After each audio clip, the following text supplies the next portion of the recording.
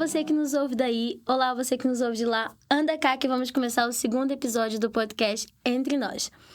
E para esse episódio, estamos aqui com o professor Duarte Rola, que estará falando sobre o adoecimento, tanto em contexto universitário como em contexto de trabalho. Antes da gente começar, eu gostaria de pedir ao professor que falasse um pouco sobre você, o que você faz aqui no Instituto, o que você executa. Ora, boa tarde a todos e a todas. Obrigado pelo convite para estar aqui convosco hoje a conversar sobre este tema. Bom, sobre mim. Eu tenho uma formação em Psicologia Clínica, portanto, a minha formação inicial é da área da clínica, sempre estive ligado mais a essa área das doenças mentais, no fundo, o tratamento, o acompanhamento de pessoas com distúrbios e doenças mentais. No fim da minha formação em Psicologia Clínica, comecei a ter algum interesse pela área do trabalho, devido a uma série de experiências em contexto hospitalar, nomeadamente, em que havia muitos profissionais que trabalhavam com doentes no campo da saúde mental, que pareciam, quer dizer, as minhas experiências, pelo menos nessa altura, nesse contexto, eram experiências em que as condições de trabalho pareciam muito difíceis para esses profissionais, em que as pessoas se queixavam das suas condições de trabalho, em que se notava que havia uma forma de sofrimento ligado com essas condições de trabalho, e comecei a ter algum interesse por essa área, que para mim não deixava de ser uma área clínica, na realidade, embora... Bom, sabem que em psicologia há uma série de divisões ou de especializações dentro do campo da psicologia, tradicionalmente a área clínica, a área do trabalho ou das organizações, a área da educação, do desenvolvimento, enfim, há uma série de divisões assim mais académicas das subespecialidades da psicologia.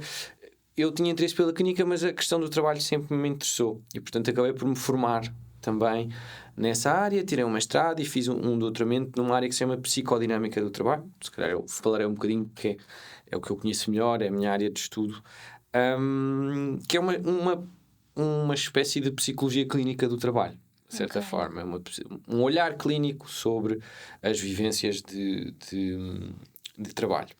E foi nesse campo que eu acabei por fazer o meu percurso, tanto de formação como depois também enquanto profissional. Eu trabalhei como psicólogo em serviços de saúde ocupacional, com médicos do trabalho que me encaminhavam doentes por questões de saúde mental relacionadas com o trabalho, vários tipos de problemas, quer seja aqueles que nós conhecemos melhor hoje em dia são, por exemplo, o burnout ou alguns distúrbios relacionados com assédio moral no trabalho, questões desse género.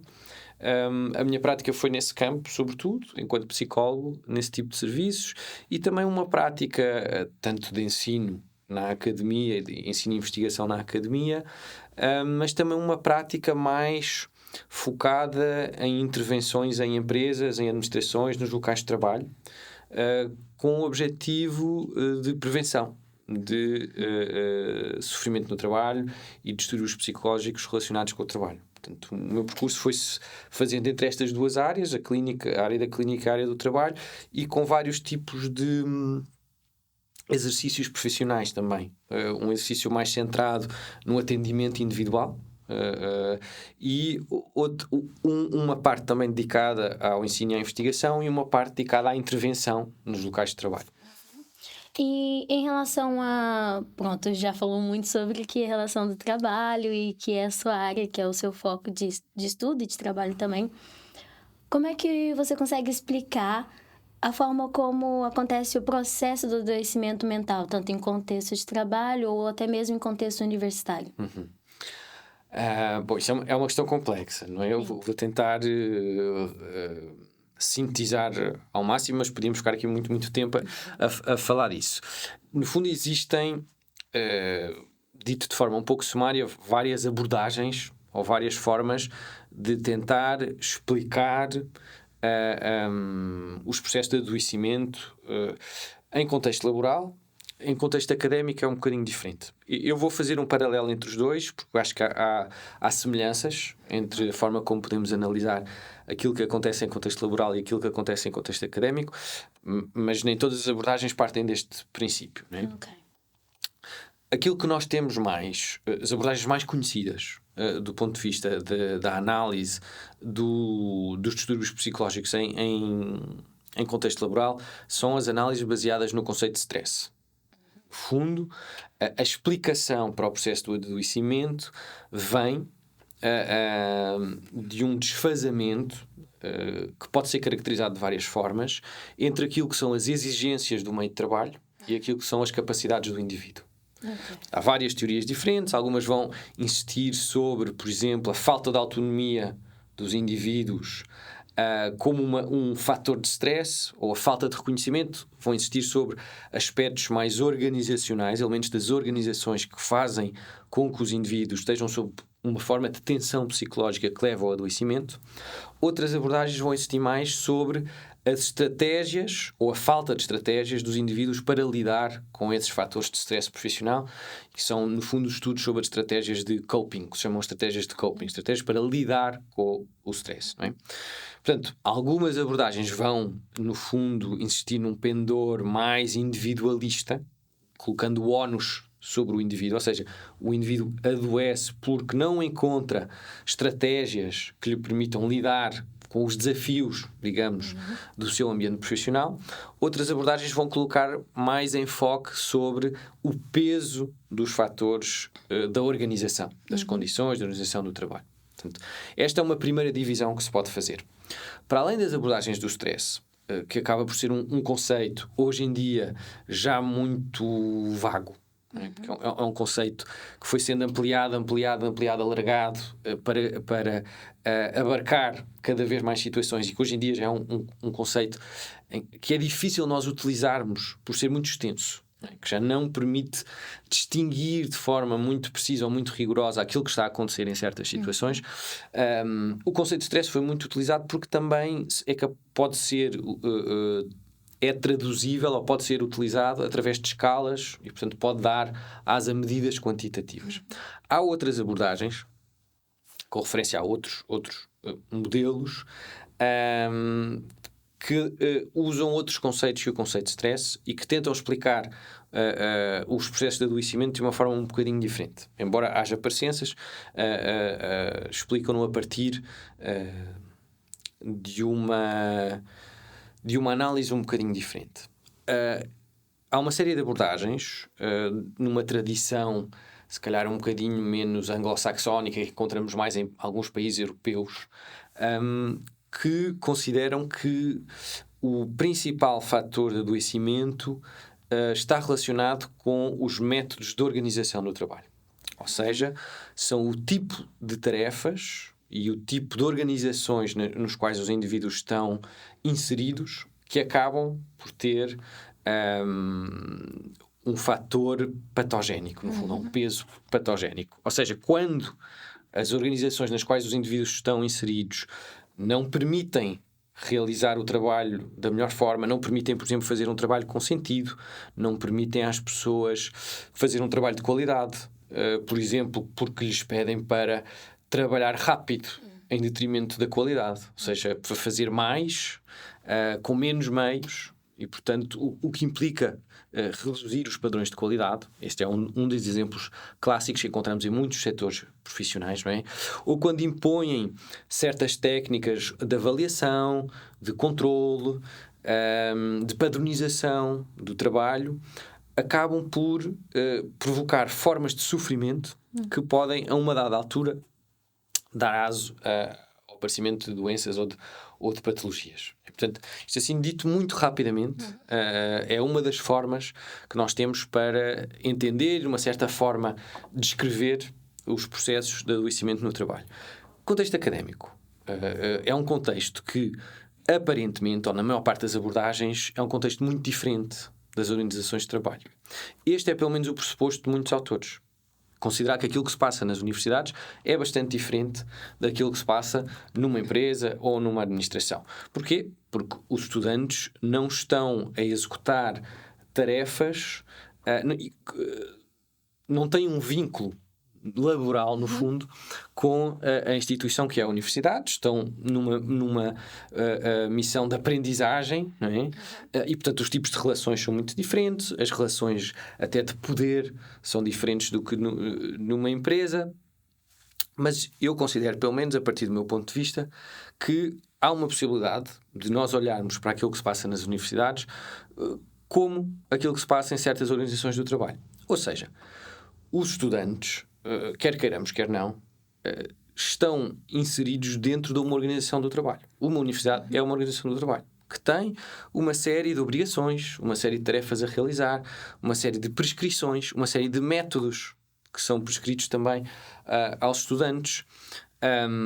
E, portanto, quer queiramos, quer não, tudo isto é um conjunto que funciona como uma organização do trabalho. A organização dos estudos, a organização do ensino, as relações entre os docentes e os estudantes. Tudo isso é uma coisa que está altamente estruturada e que implica uma série de constrangimentos.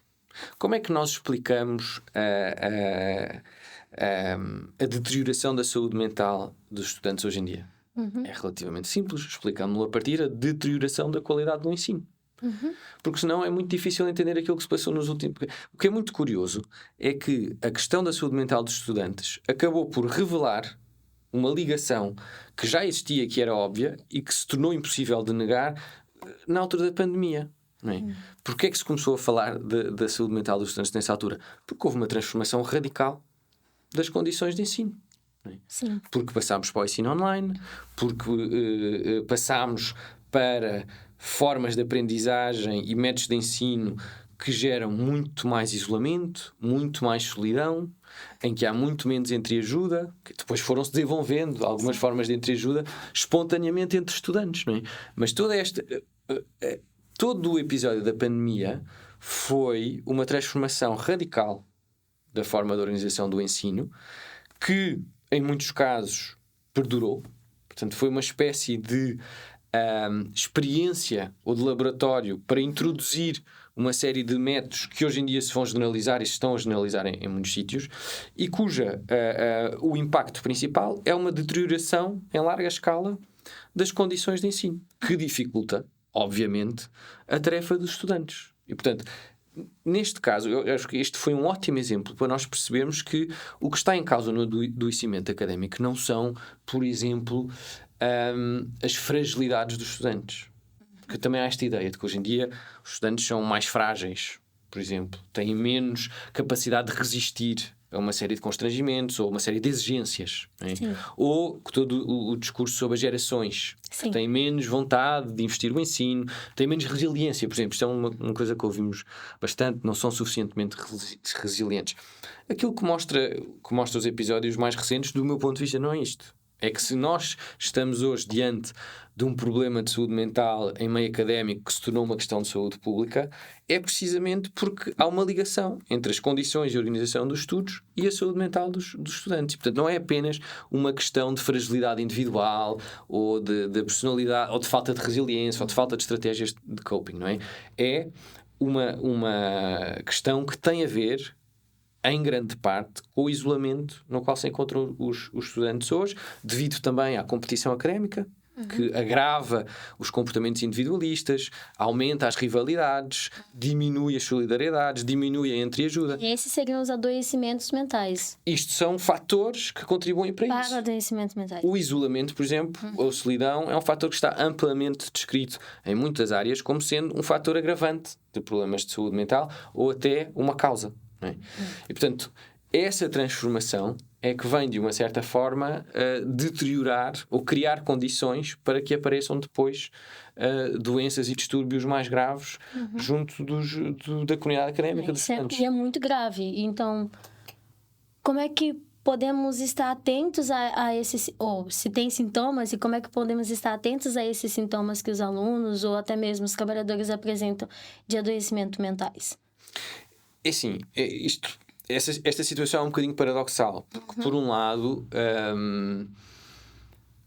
se não tivesse havido essa transformação das estruturas académicas, a própria prevenção destas situações que podem vir a ser situações mais graves, se fazia de forma natural e espontânea. Porquê? Porque nós tínhamos colegas que estavam disponíveis para nos ouvir, com quem nos cruzávamos todos os dias, com quem passávamos tempo. Tínhamos professores que não estavam sempre a correr, não estavam sempre atarefados, que tinham alguma disponibilidade para receber e ouvir os alunos, o que hoje em dia não é o caso, quando muito respondem aos e-mails. Com sorte, recebem os alunos durante uns minutinhos a correr, entre outras reuniões, mas acabou. Esse tipo de relações foram completamente transformadas na academia, não é? Portanto, esta prevenção, porque há esta ideia de que para nós conseguirmos prevenir os problemas de saúde mental, o que precisamos em geral são de técnicos especializados. Portanto, nós temos que desenvolver gabinetes de apoio psicológico para os alunos, nós temos que desenvolver linhas ou números às quais os alunos possam recorrer para ter ajuda. Nós temos que desenvolver, lá está, métodos de vigilância ou de identificação de pessoas mais frágeis. É óbvio que isso é importante. Tudo isso é importante porque pode, de facto, ajudar algumas pessoas que já se encontram numa situação grave que pode levar a doenças mentais. Mas isso já é, de uma certa forma, já são medidas que chegam muito tarde na cadeia, não é? São medidas que já são medidas de último recurso. Não são, na realidade, formas de prevenção reais. Não é? A prevenção real passa precisamente por nós conseguirmos estabelecer na comunidade académica relações de estudo, de trabalho entre estudantes e professores, entre estudantes uns com os outros, que sejam relações de cooperação e de solidariedade, nas quais precisamente quando há um problema ou um sofrimento qualquer, uma forma de ansiedade de um aluno, isso possa ser logo, de uma certa forma, identificado e tratado por aqueles que estão próximos da situação, não é? Porque o que é que nós temos hoje em dia? Na realidade, nós temos hoje em dia contextos de estudo, e aí aqui faço o paralelo também com os contextos de trabalho, em que os alunos estão todos os dias, centenas de alunos nos mesmos sítios, que não falam uns com os outros, que não se conhecem, que não sabem o nome uns dos outros, as pessoas não sabem o nome dos alunos. Portanto, nós passamos anos e anos a cruzar as mesmas pessoas sem sabermos estritamente nada delas, se estão bem, se estão mal, se estão contentes, se estão felizes, se estão em sofrimento, se não estão. Portanto, temos meios de estudo completamente desumanizados, de uma certa forma, que é o que acontece nas empresas. Nós temos colegas que todos os dias estão no mesmo open space, dezenas ou centenas de pessoas juntas, ninguém se conhece. Então, a interação e o relacionamento aqui é muito importante para evitar todo esse episódio, né, de adoecimento mental. Existe alguma diferença? Pronto, já explicou assim mais ou menos, entre os estudantes da diferentes áreas, por exemplo, sendo de psicologia, ou sendo de educação física, ou de outra área, em ter uma maior probabilidade de ter adoecimento mental, ou não tem diferença entre os alunos? Existe uma diferença, mas a diferença não é propriamente entre os alunos. Ou seja, os próprios cursos, as próprias disciplinas, as próprias áreas estão organizadas de forma diferente. Sim. A situação que é mais fácil trazer aqui como exemplo, para discutirmos um pouco, é a situação da medicina. Não é? Por exemplo, o suicídio dos alunos de medicina é uma coisa que é bastante mais divulgada ou mais conhecida. Os problemas de saúde mental dos alunos de medicina têm sido mais estudado, ou têm dado asa a mais atenção do que noutras áreas. Porquê? Porque os estudos de medicina têm uma organização muito específica também. Um funcionamento altamente competitivo, com cotas permanentes em várias alturas do percurso de estudos, portanto com relações de competição e de rivalidade extremamente acentuadas, que determinam, para além disso, muitas vezes a carreira profissional desses alunos. São escolhas que se fazem, escolhas que não são bem escolhas, não é? Mas são decisões e vias que se tomam a uma certa altura que têm consequências depois durante muitos anos, não é? O que cria inevitavelmente situações de enorme tensão psicológica, não é? Já vem o estresse. Sim. Vem aí situações de conflito muito grande, não é? E de exigência muito grande, não é? Agora, cada área tem as suas particularidades e devem ser estudadas como tal, não é? Agora, aqui é verdade que esta dimensão da competição e da rivalidade académica tem uma importância grande e vai, no fundo, aumentar a pressão em algumas áreas e em algumas disciplinas específicas.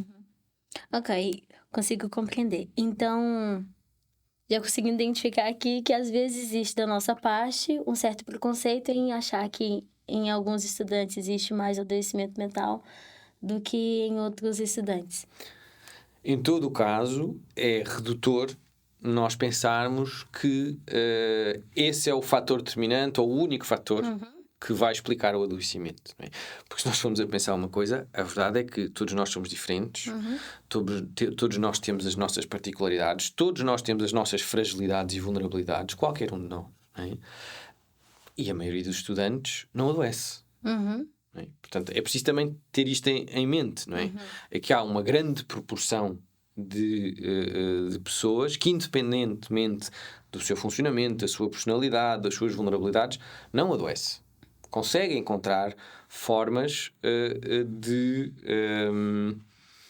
compensar, muitas vezes através, precisamente, dos estudos, porque os estudos ou o trabalho não são apenas um fator de adoecimento, eles são um fator também...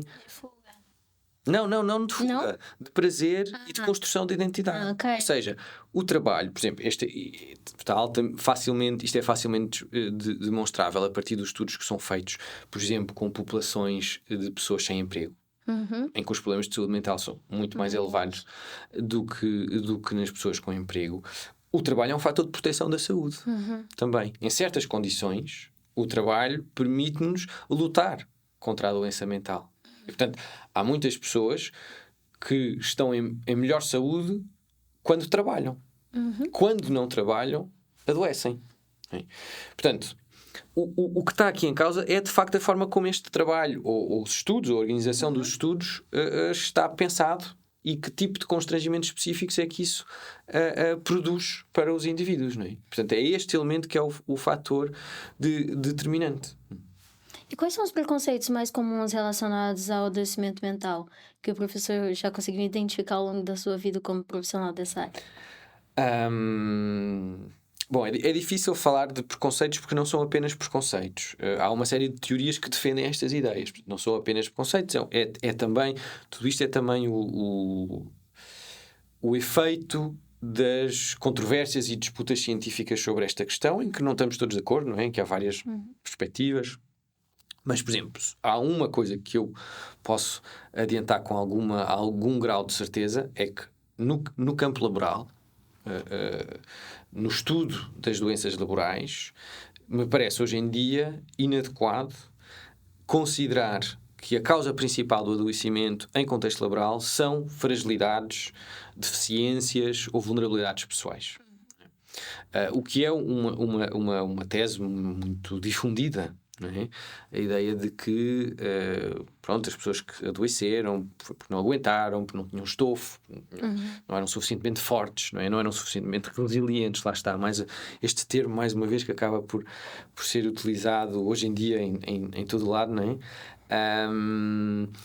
Isto parece-me insuficiente porque muitas vezes essas pessoas... Eu vou-lhe dar um exemplo, que é um exemplo trágico, mas que já está bem estudado hoje em dia, que é o exemplo do suicídio no trabalho. Hoje em dia há pessoas que se suicidam no local do trabalho por causa do trabalho, não é? Que deixam cartas, testemunhos em que incriminam diretamente a sua empresa pelo seu ato. Não é?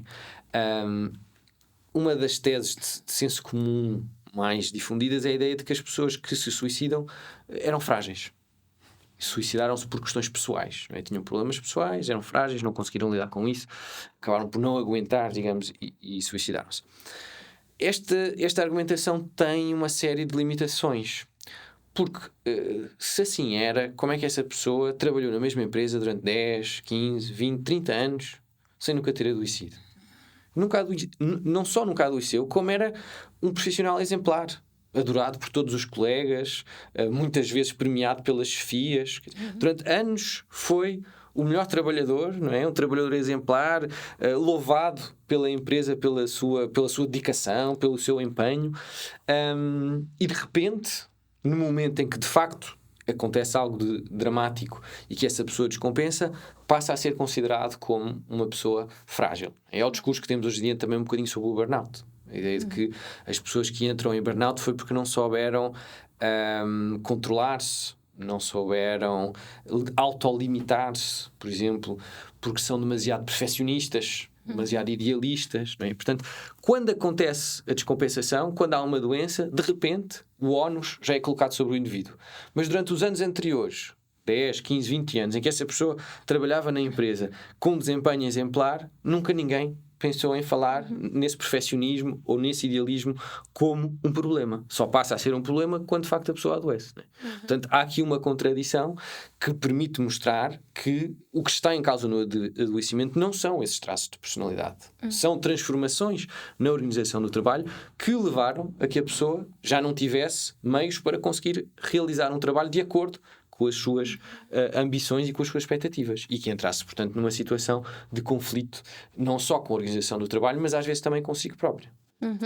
Então aqui a gente encontra quase que aquilo que conseguimos ver de positivo é porque é o positivo, e aquilo que a gente consegue ver de negativo aos nossos olhos é o negativo, e de fato não é bem assim que acontece, né? É um pouco mais complicado É muito mais complicado que isso.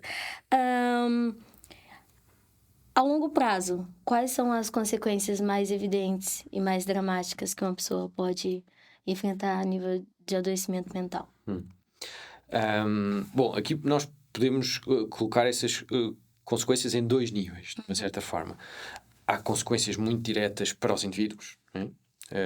Portanto, há um impacto muito direto deste processo de degradação dos ambientes de trabalho sobre os indivíduos, porque isto tem impacto na saúde mental, portanto é uma causa do aumento de distúrbios mentais e doenças mentais relacionadas com o trabalho. Há um impacto muito direto em termos de saúde mental, e depois tem impactos que são também impactos a nível individual, mas que têm um impacto muito grande do ponto de vista das organizações também.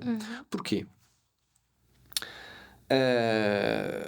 Uma das formas para os indivíduos de poderem proteger-se de alguns constrangimentos laborais que produzem sofrimento é adotarem aquilo que nós chamamos de estratégias de defesa.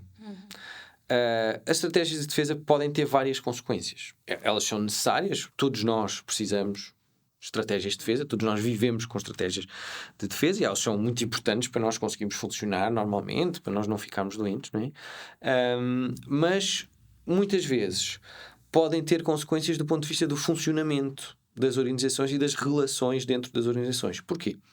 Em alguns casos, uma forma de uma pessoa se resguardar, se proteger, por exemplo, do risco do burnout, é acabar por se retrair, por se retirar um pouco do trabalho, por se desempenhar no sentido de tirar o empenho, por se desmotivar e, portanto, começar a funcionar de modo um pouco individualista, um pouco já sem brio profissional, de uma certa forma, e, portanto, adotar posturas que acabam por ter um impacto também na qualidade do trabalho e do funcionamento das organizações.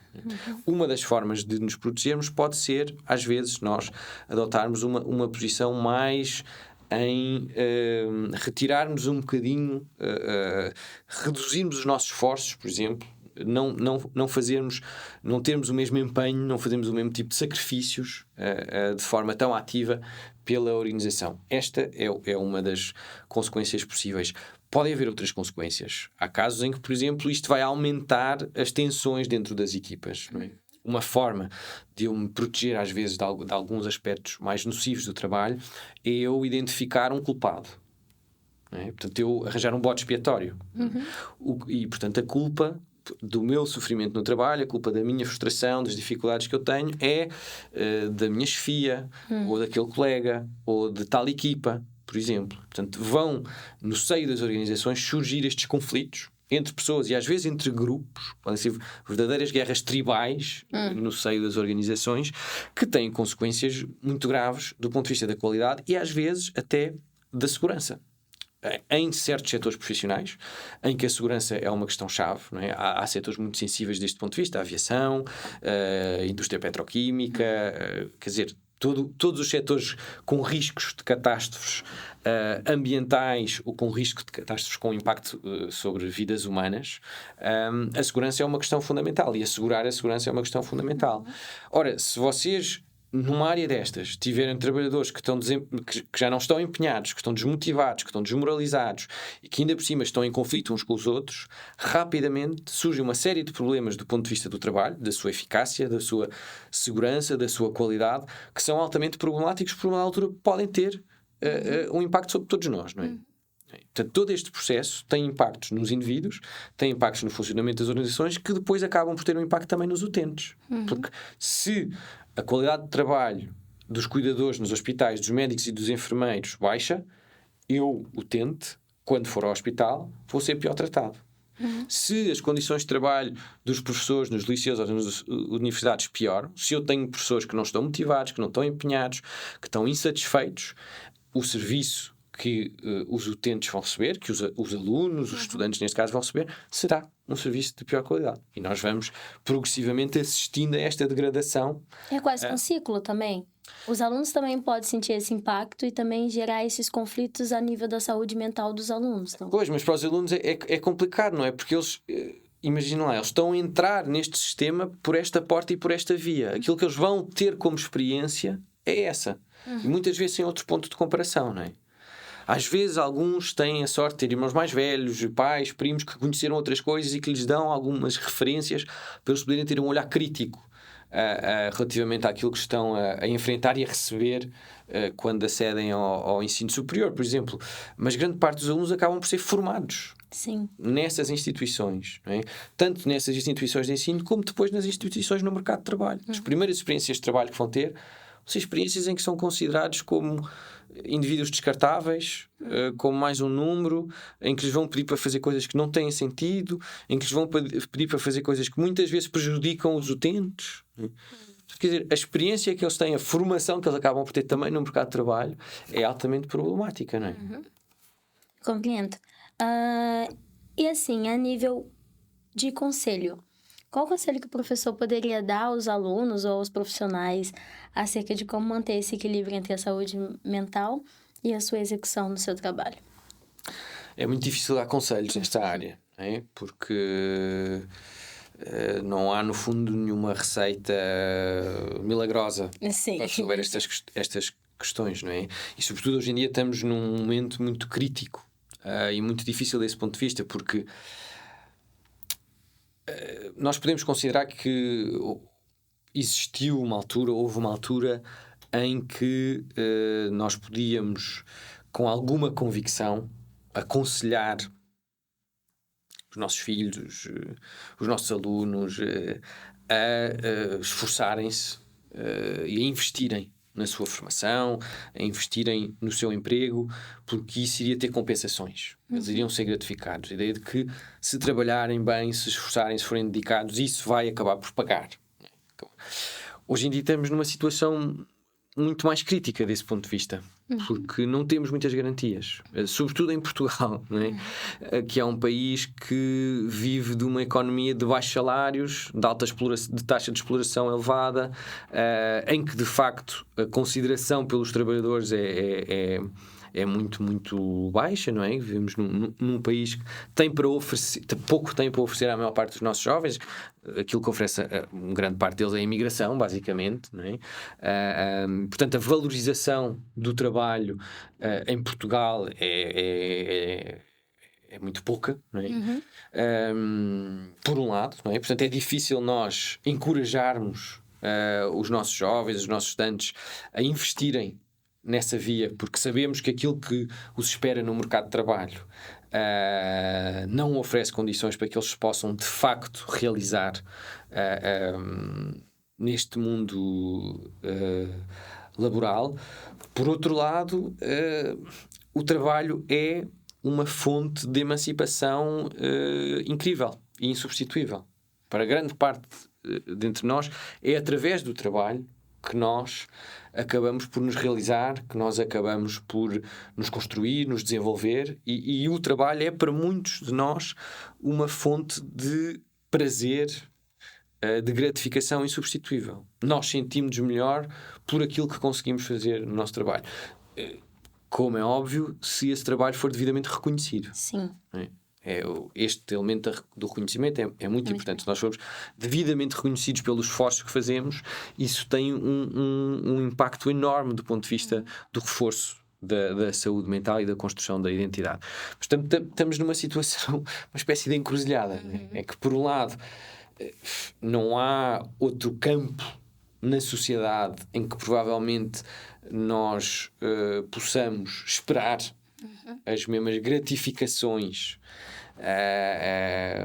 do que o trabalho, e ao mesmo tempo hoje em dia, devido à organização de todo este setor do trabalho, devido aos métodos de organização do trabalho que têm sido adotados, é preciso uma certa prudência. Ou seja, é preciso ter cuidado e, por exemplo, hoje em dia quando se fala da geração Z e que se diz que os jovens já não querem trabalhar, já não esperam a mesma coisa, já não se empenham, são um pouco... Geração TikTok. Eles perceberam tudo. Eles perceberam que o risco de se investirem no trabalho é enorme hoje em dia. Porque já perceberam que se dão isto...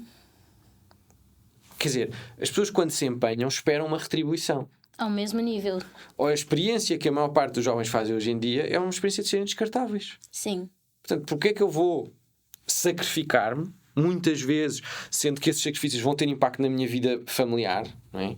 A minha namorada ou a minha mulher vai se zangar comigo porque eu trabalho até tarde, faço horas extraordinárias que ainda por cima não são pagas, vou ter problemas, depois não vou ver os meus filhos, quer dizer, vou arranjar uma série de problemas e depois a empresa vai dispensar os meus serviços assim que tiver a oportunidade para isso, não é? Portanto, isto é uma situação de desequilíbrio psicológico enorme, em que as pessoas de facto perceberam que há um conflito. Perceberam que isto tem que ser tudo feito, gerido com prudência, com cuidado e sem estes grandes entusiasmos e grande empenho que era aquilo que se esperava, não é? De jovens trabalhadores que estão a descobrir o mundo profissional. Portanto, é uma situação muito, muito, muito delicada. O professor comentou e explicou mais cedo sobre a importância do relacionamento. Então, eu penso que o relacionamento entre os membros de uma instituição, sendo estudantes ou sendo profissionais, também é um fator muito importante para evitar esse adoecimento mental. Então, como um conselho, queremos deixar aqui para que vocês venham estabelecer relacionamentos saudáveis, seja lá onde quer que vocês estão inseridos, para que essa taxa de adoecimento mental, seja lá no trabalho, no contexto de qualquer outra instituição que vocês estão inseridos, escola, venha diminuir. E queremos agradecer muito pela presença do professor aqui conosco. Foi muito bom, foi um esclarecimento muito profundo sobre esse tema. Obrigado. Estamos muito gratos por isso. E nos espera para o próximo podcast. Tchau!